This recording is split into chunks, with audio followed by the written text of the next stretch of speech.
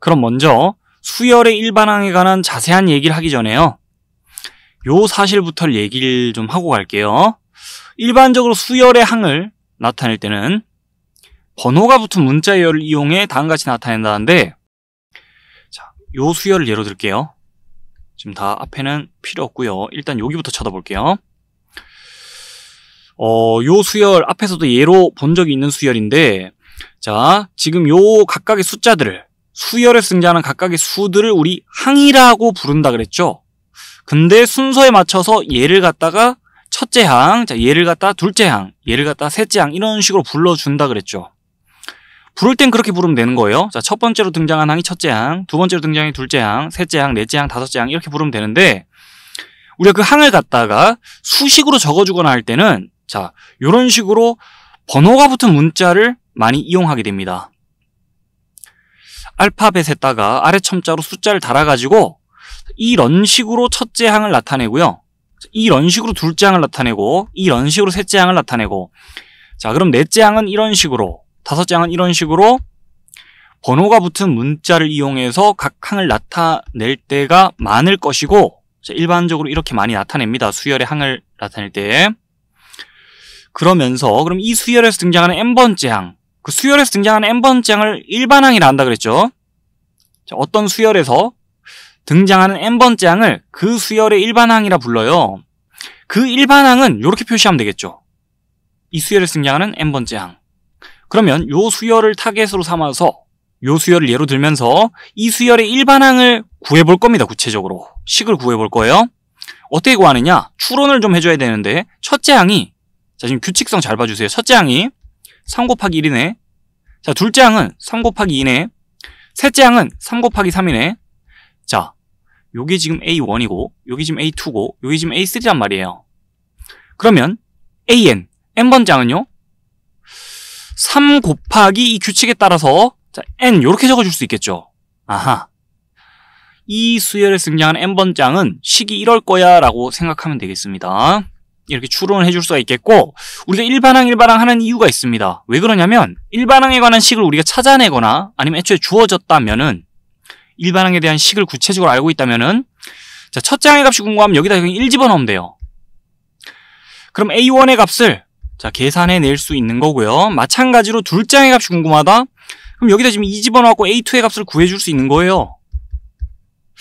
이번에 애매한 항 한번 생각해 볼게요. 67번째 항이, 자, 값이 궁금하네 라고 한다면 요 자리에, 요 변수 자리에 67을 대입해가지고 이 항의 값을 계산해 줄 수 있는 거죠. 자, 그렇게 특정 항의 값을 알아내고 싶을 때 일반항에 대한 식을 알고 있다면은 굉장히 편해지겠죠. 거기다가 요런 얘기도 해볼 수 있어요. 지금 보고 있는 식이 사실 함수식이거든요. 요 변수 자리에 상수를 투입하면 거기에 대응하는 함수값이 출력이 되는데, 그 출력되는 함수값이 항의 값인 그런 함수식인 거예요. 다만 이제 수열에서 사용하는 이 변수 n은, 자, 항의 번호를 나타내는 그 변수로서 1, 2, 3, 4 같은 자연수들이 이 자리에 투입된다라고 우리가 생각을 하고 있기 때문에 정의역이 자연수 전체의 집합인 그런 함수의 식을 보고 있다라고 생각해주면 되겠습니다. 앞으로 일반항에 대한 식을 볼 때. 그래서 구체적으로 이 수열에 대해서, 자, 지금 일반항을 다 구해놨으니 좀 더 예를 들면서 얘기를 해보자면, 이 함수식, 우리한테 매우 친숙한 함수식이에요. 1차 함수식이죠. 기울기가 3인. 자, 그래서 지금 n의 값을 1 키울 때, 자, 함수값은 3 커지거든요. 그러니 이 수열의 규칙성은, 자, 이 수식으로부터 설명이 됩니다. 이 항의 번호를 하나 키울 때 항의 값이 3씩 커진다는 소리 아니에요.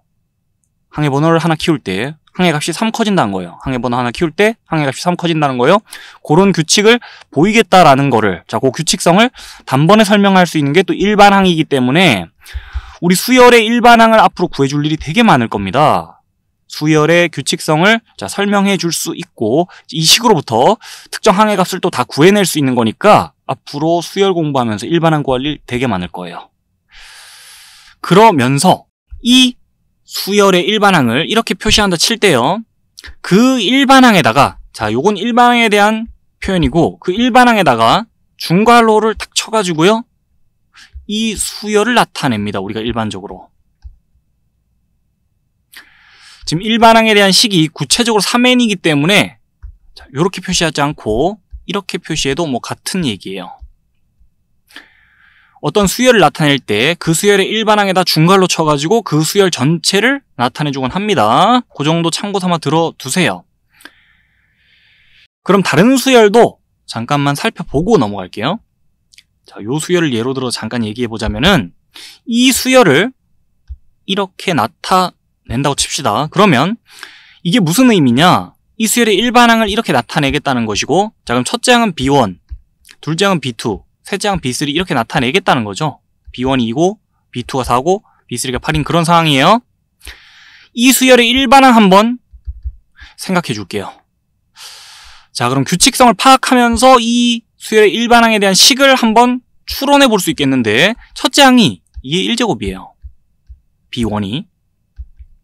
둘째 항은요. B2는 2의 제곱이에요. 자, 그럼 B3는요.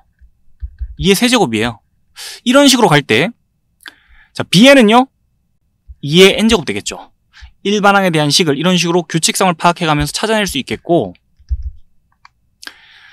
이 변수 자리에 적절한 상수를 집어넣어서 우리는 특정 항의 값을 또 찾아낼 수도 있고 그런 거겠죠.